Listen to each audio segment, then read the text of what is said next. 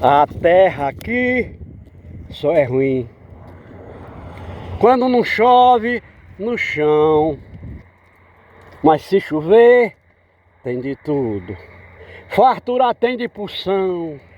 Tomara, meu Deus, que chova. Tomara, meu Deus, tomara. Só deixa o meu cariri no último pau de arara. À nossa frente, essa serra é uma serra modesta que tem provavelmente uma base com menos de 10 quilômetros quadrados e se eleva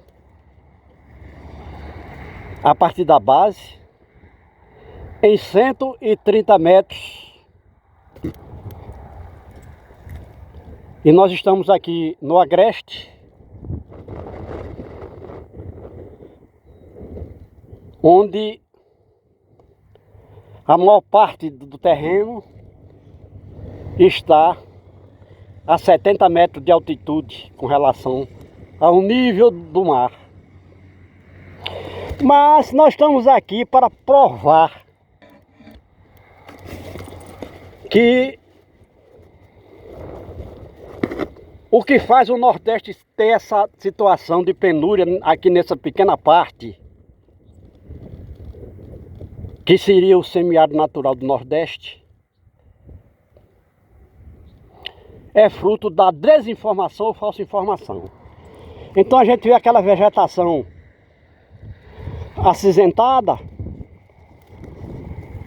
cinzenta, porque a planta precisa de água todos os dias e durante, pelo menos nos últimos 6 meses, nessa área não teve chuva suficiente para molhar o solo, onde a planta pudesse coletar água para as suas células, para a sua seiva. E a planta, o vegetal, necessita de água todos os dias.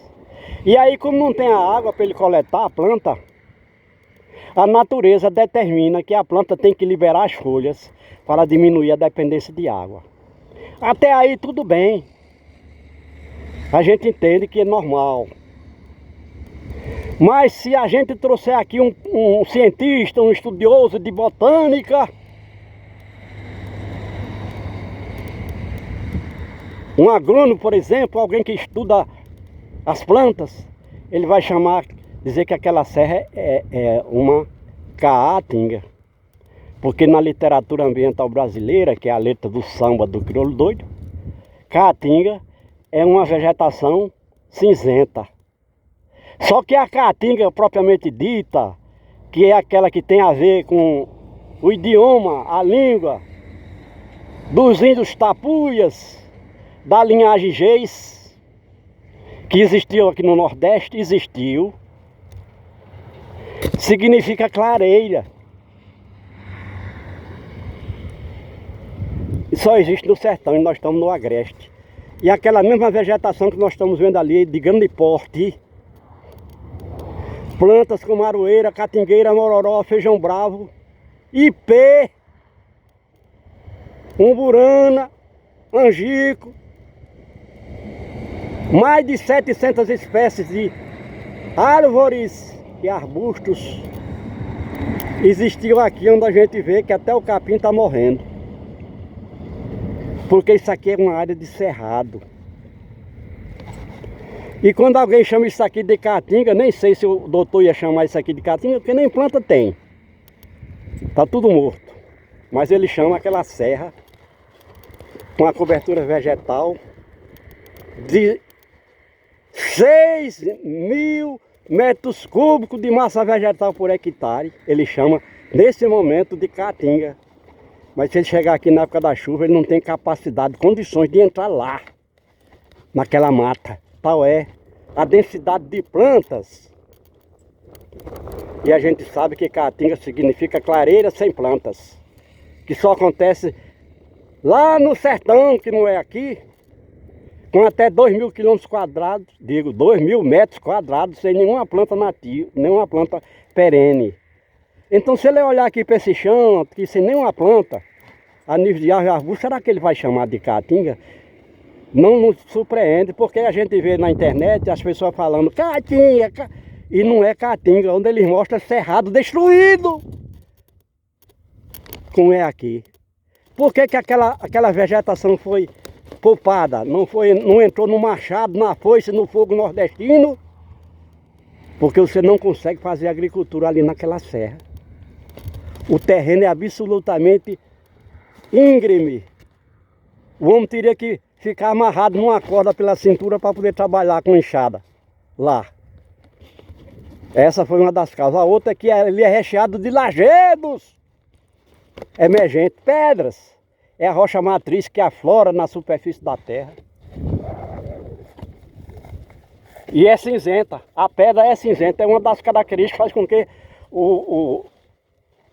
a comunidade científica brasileira chama caatinga de mata cinzenta. Lá nem mata tem. No sertão, nessa área, tem no máximo 30 espécies de plantas.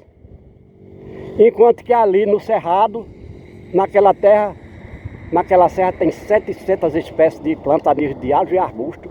No sertão não tem 30, incluindo os cactos. Lá na mata, que ele chama de caatinga. Que na realidade é a caatinga que o índio deu esse nome por conta da ausência de plantas. E lá,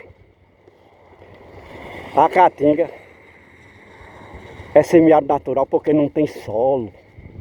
Enquanto que aqui nós estamos vendo esse terreno aqui, é um solo que tem no mínimo 1 metro de espessura sobre o subsolo. Enquanto que lá na caatinga fica apenas 5% da água da chuva precipitada, aqui fica 40%. 40% da chuva precipitada aqui, da água da chuva, ficam presas nesse terreno solo e nas plantas. E lá na caatinga, como não tem solo, 5% de 200 milímetros de chuva é 10 litros de água por metro quadrado. Enquanto que 40% de 100 milímetros de chuva aqui é 40 litros por metro quadrado. Então a gente vê por que tem plantas aqui com essa densidade e lá na caatinga não existe, mesmo chovendo a mesma quantidade. Mas lá no sertão existe também as serras, que tem a mesma vegetação que nós estamos vendo aqui nessa serra do Agreste. Umburã, Angi, Caroeira, Catingueira, Mororó, Feijão Bravo, Oiticica, Cumaru, Mulungu e sai por aí. Então enquanto uma Jurema, lá na caatinga do sertão nordestino, que inclusive existe aqui no Rio Grande do Norte, chega a 4 metros de altura, aqui chega a 20. Uma Jurema aqui é uma árvore de grande porte, ali dentro daquela mata. Porque o vegetal, ele é fixo no chão, no solo. E ele não tem condições de locomoção como tem os animais. Então ele tem que receber a água, que no caso é a água das chuvas, e os nutrientes minerais no seu lugar.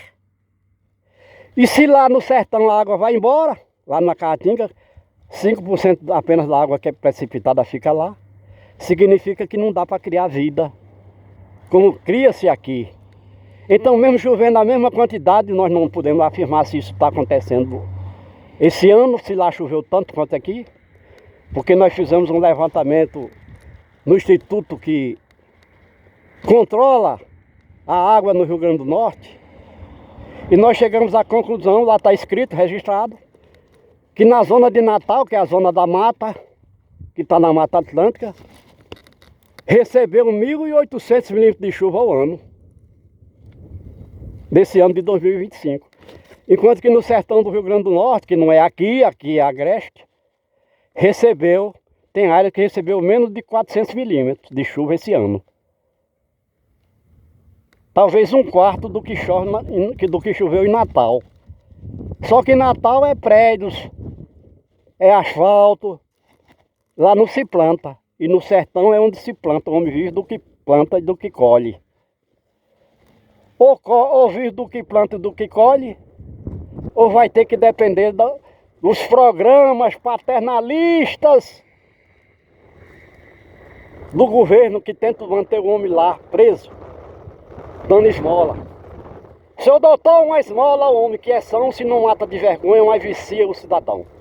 Isso é o que está, é o registro que a gente vê numa música chamada de Vozes da Seca.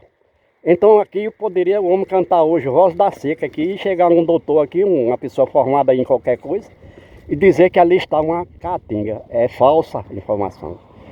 Então a gente pode confirmar, nós sendo parte desse meio estúpido, nós temos a certeza absoluta que o problema daqui é desinformação. Aqui caiu no mínimo esse ano 600 litros de água por metro quadrado. Só que a água é um fluido que integra toda a terra. A água, por ser um fluido, sempre toma a forma do seu recipiente. Sempre toma a forma do seu recipiente. E é capaz de fluir. Então a água não fica parada se não houver uma obra hídrica capaz de captar e armazenar essa água, sem que ela se contamine, sem que ela fuja, obedecendo a lei da mecânica dos fluidos. Então o ambiente da água é todo o planeta Terra, tanto a atmosfera como os corpos dos animais, os corpos dos vegetais, água subterrânea, litosfera, hidrosfera. Então a água está sempre disponível a ocupar o espaço, ou seja, não ficar presa no lugar. E só o homem, por ser um ser inteligente, tem capacidade de criar formas para captar e armazenar água da chuva sem perda, sem fuga, sem contaminação. Mas aí já é outra história.